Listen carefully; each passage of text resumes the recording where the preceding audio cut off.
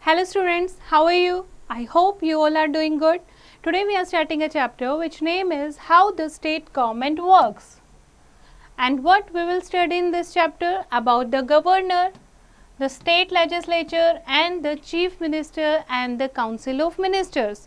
As you know, the government in India functions at three levels, that is of the central level, the state and the local levels. A state government functions more or less like the central government, but local government के functions काफ़ी different होते हैं. Like all other democratic governments, the state government also consists of three branches, that is the legislative, the executive and the judiciary. ठीक है. Now one by one हम इसको detail में read करेंगे. फर्स्ट है स्टेट एग्जीक्यूटिव. ठीक है. Legislative क्या होती है? लेजिस्लेटिव जो लॉ बनाती है, एग्जीक्यूटिव जो उन लॉ को इम्प्लीमेंट करती है, जुडिशरी जो क्या करती है, अगर कोई लॉ को नहीं मानता है तो जुडिशरी उनको प्रोटेक्ट करती है. ठीक है, उनको पनिश करती है और लॉज को प्रोटेक्ट करती है. Now first is state executive. The state executive in India, like the union executive, consists of two parts, nominal executive and the real executive. The state government is headed by the governor. State का head कौन होता है? State government का head होता है governor. However, the governor only enjoys nominal authority. Real authority किसके पास होती है? Council ministers और headed by the chief minister, CM और उसके ministers के पास. Now, who is governor? The governor is the head of the state. He is appointed by the president for a term of 5 years. However, he is the only official head of the state on the recommendation of Union Council of Ministers. He serves till the pleasure of the president and can be transferred by the president from one state to another. जब तक president चाहे तब तक governor काम करता है. ठीक है, जब प्रेसिडेंट उसका ट्रांसफ़र करना चाहे एक स्टेट से दूसरे स्टेट में तो कर सकता है. He acts on the advice of the chief minister who holds the real power. Governor किसके एडवाइस पर काम करता है? चीफ मिनिस्टर की एडवाइस पर. ठीक है, अब हेड ऑफ द स्टेट कौन होता है? गवर्नर. लेकिन असली में रूल कौन करता है? चीफ मिनिस्टर, क्योंकि चीफ मिनिस्टर की एडवाइस के बिना गवर्नर कोई भी डिसीजन नहीं ले सकता. ठीक है, कौन गवर्नर बन सकता है? क्या क्या क्वालिफिकेशन चाहिए? टू बी अ गवर्नर, एक इंडिया का सिटीजन होना चाहिए वो. दूसरा, उसकी एज जो है वो 35 ईयर से कम नहीं होनी चाहिए. Third, he must not be the member of either of the two houses of parliament or of state legislature, and she must not hold any government office. Functions and powers of the governor. क्या काम करता है governor? क्या powers होती हैं governor के पास? The governor of a state exercise legislative, executive, judicial and discretionary powers.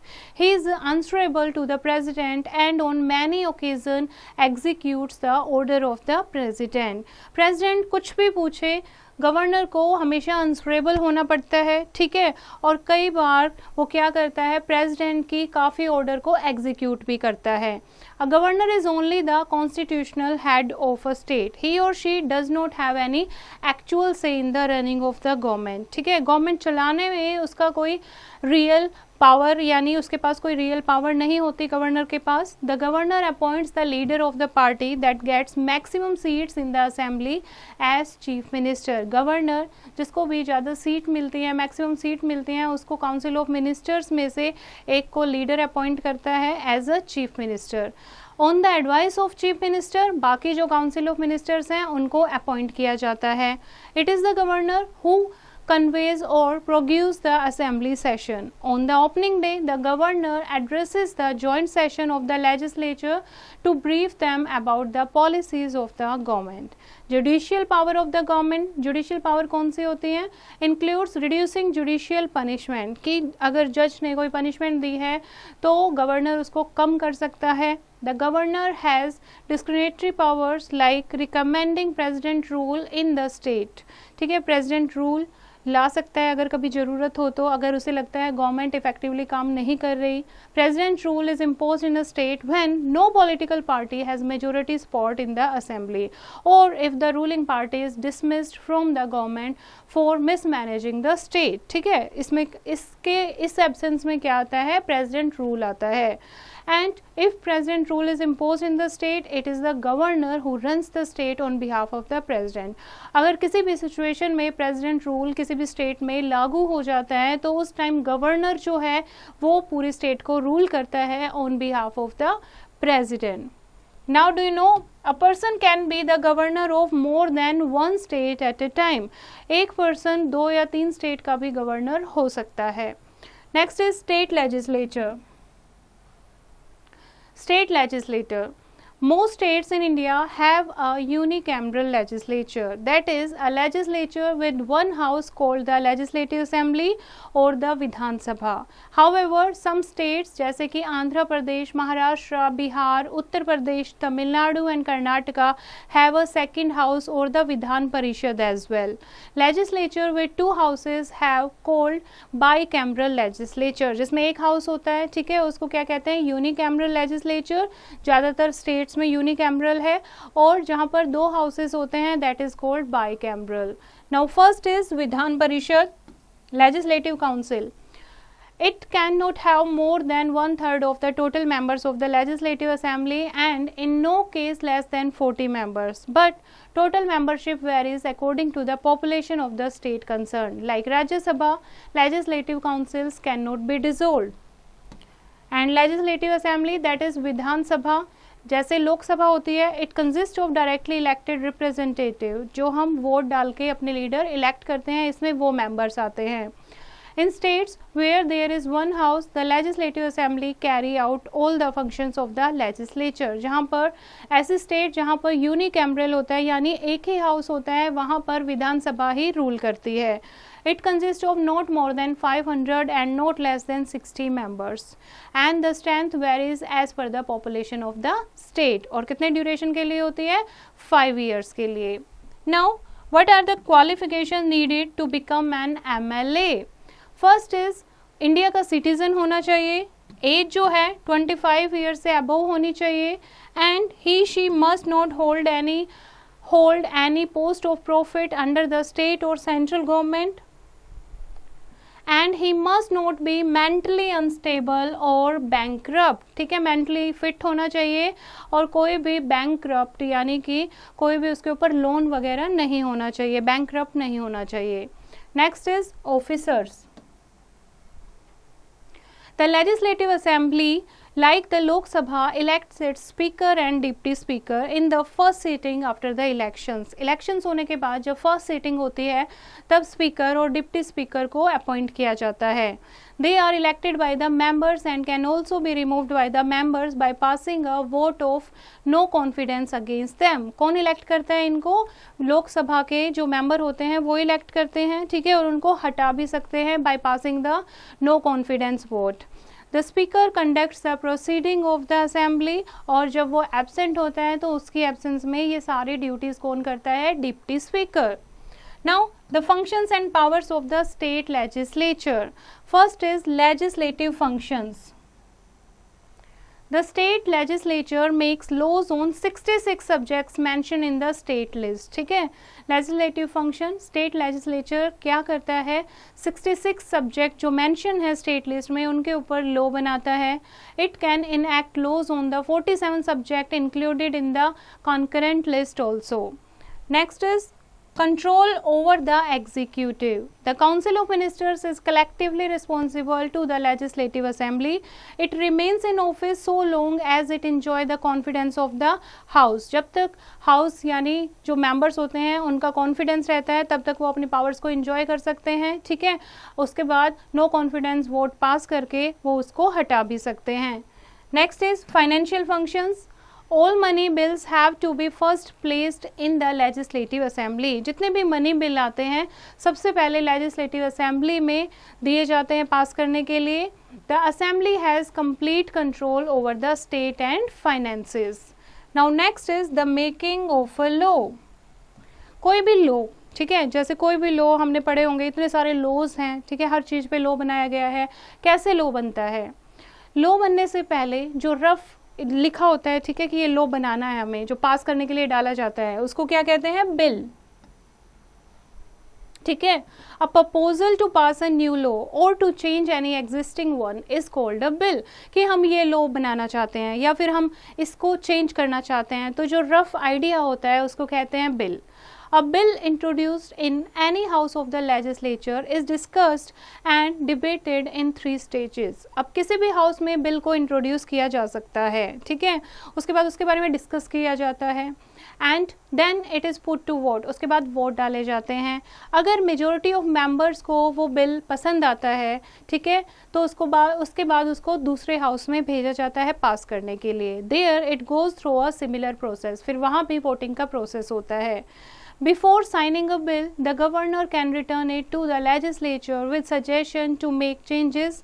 अगर governor को लगता है कि इसमें कुछ भी अपडेशन होना चाहिए, तो वो दोबारा उस बिल को वापस लेजिस्लेचर के पास भेज सकता है सजेशंस के साथ कि इसमें ये चेंजेस करने चाहिए।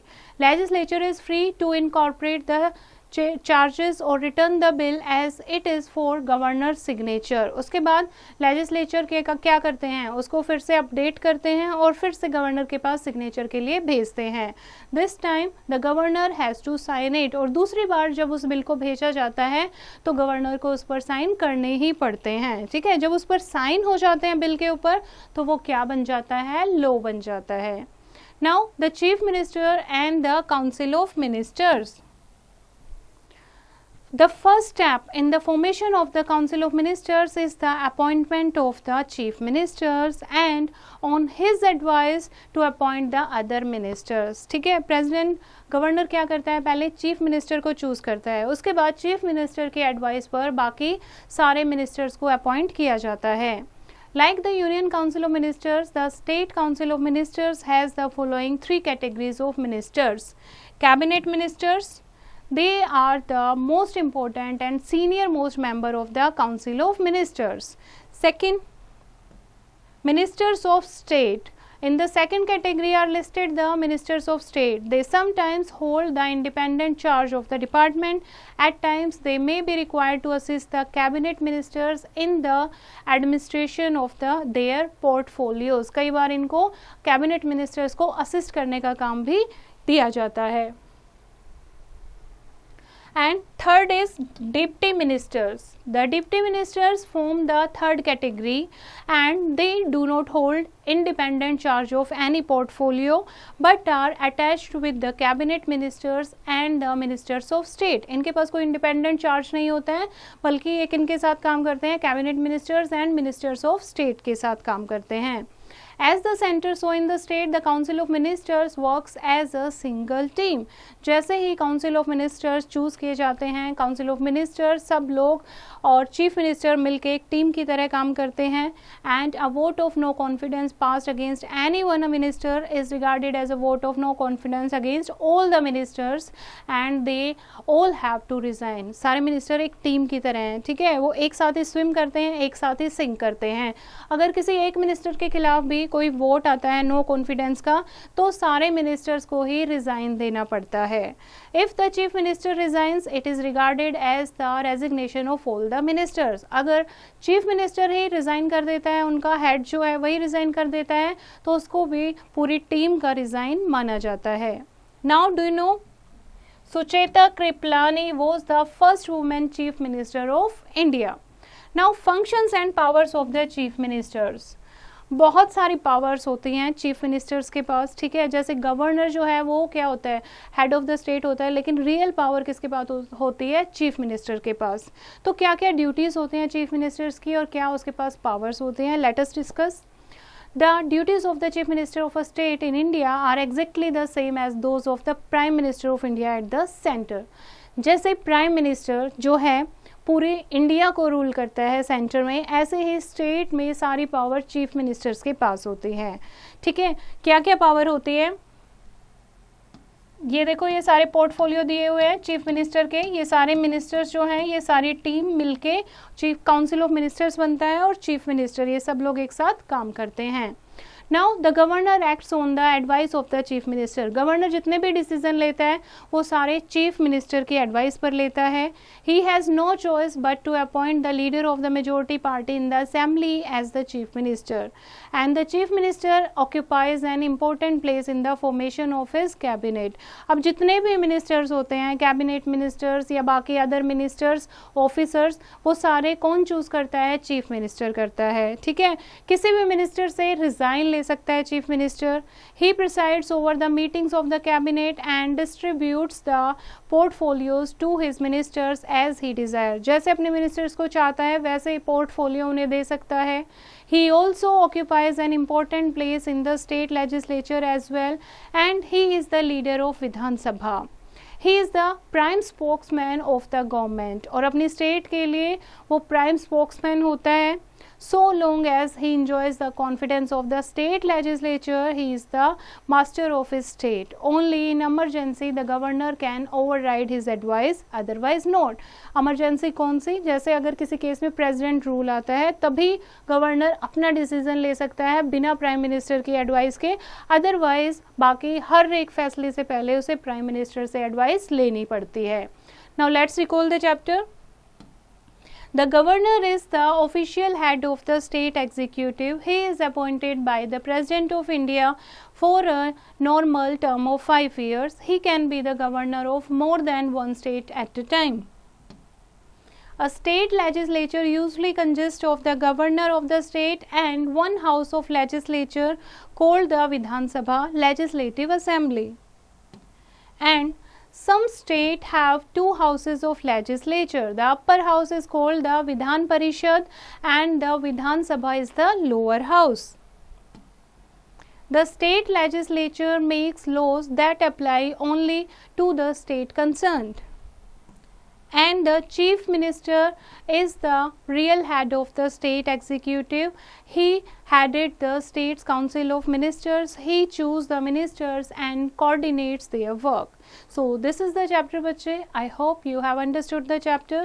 You have to read it once again and do the practice of exercise yourself.